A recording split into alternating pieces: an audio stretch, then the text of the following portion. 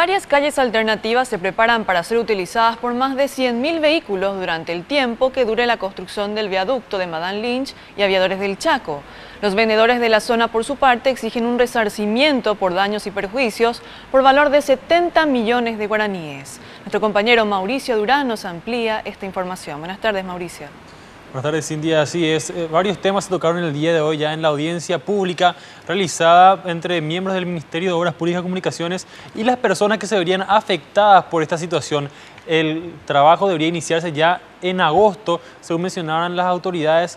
No obstante, todavía hay que resolver estos dos problemas. El principal, el que hace referencia a las calles alternativas que se estarían utilizando ya para desviar el tránsito de más de 100.000 vehículos que ingresan y salen de Asunción diariamente. Ahí en la imagen se puede apreciar ya para las personas que estarían ya circulando por Madame Lynch con dirección hacia o regresando del mercado de abasto, y en este caso deberían utilizar la avenida Salvador del Mundo y posteriormente Obispo Basilio López para continuar con su trayecto ya sobre Madame Lynch. Ahora en la siguiente imagen también para quienes transiten por Aviadores del Chaco, en este caso ya deberían desviarse sobre la ruta general Elizardo Aquino y continuar hasta Coronel Alejo Silva para después ya continuar su viaje. Aproximadamente son 20 los terrenos que se verían ya afectados por esta situación y según las autoridades del MOPC se está ya negociando con estas personas para establecer un monto por estas zonas y poder ya iniciar lo antes posible los trabajos. Julio Ullón es el consultor de la obra quien nos explicó justamente qué es lo que se va a hacer con estos 20 propietarios.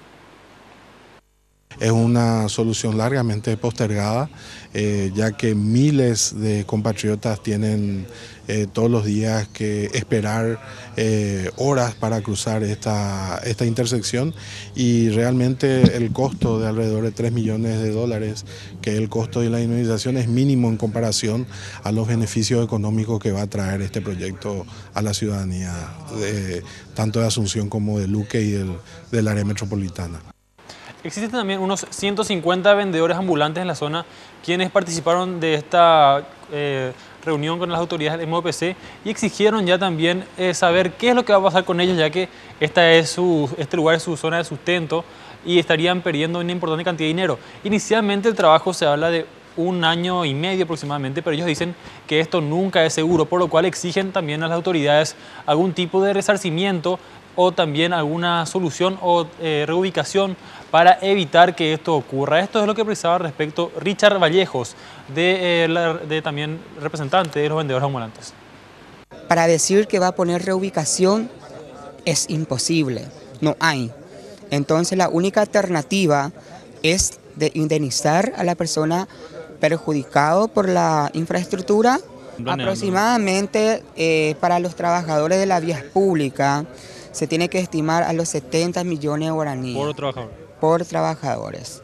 Al poner eso, nosotros vamos a buscar un mecanismo que esta persona se retire de una vez por todas de la vía pública y no más interrumpir en la vía pública un vendedor, lo que están acá en autopista.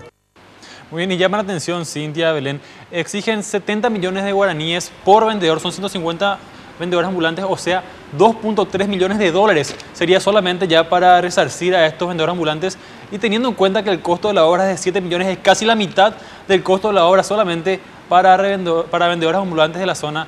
Es bastante llamativo y hay que ver cómo solucionan este problema en caso de que puedan ya conversar con las autoridades del Ministerio de Obras Públicas. En esa zona, Mauricio, también hay comerciantes, digamos, que tienen sus comercios. ¿Ellos no estuvieron presentes en esta reunión? Sí, ellos forman parte justamente de estos 20 propietarios ya de locales o de viviendas que se encuentran en la zona.